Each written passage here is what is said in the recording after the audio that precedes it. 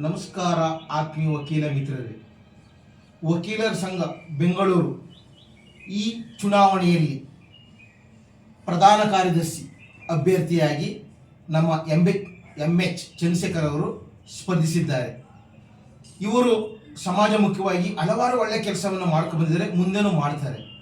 ಹೊಸ ಪ್ರತಿಭೆ, ಇವರನ್ನು ಗುರುತಿಸಿ ನೀವು ತಮ್ಮ ಅತ್ಯಮೂಲ್ಯವಾದ ಮತವನ್ನು ಇವರಿಗೆ ಕೊಟ್ಟು ಇವರನ್ನು ಜಯಶೀಲನಾಗಿ ಮಾಡಬೇಕೆ ನಾನು ಇವರ ಪರವಾಗಿ ತಮ್ಮ ಮತಬಾಂಧವರಲ್ಲಿ ಕಳಕಳಿಯ ಮನವಿಯನ್ನು ಮಾಡ್ಕೊಳ್ತಾ ಇದ್ದೀನಿ.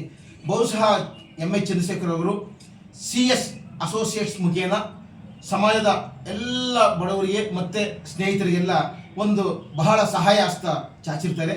ಇಂಥ ಒಂದು ಒಳ್ಳೆಯ ವ್ಯಕ್ತಿಯನ್ನು ಆರಿಸ್ತಿರುವುದರಲ್ಲಿ ಏನು ಯಾವುದೋ ಒಂದು ತೊಂದರೆ ಇರೋದಿಲ್ಲ.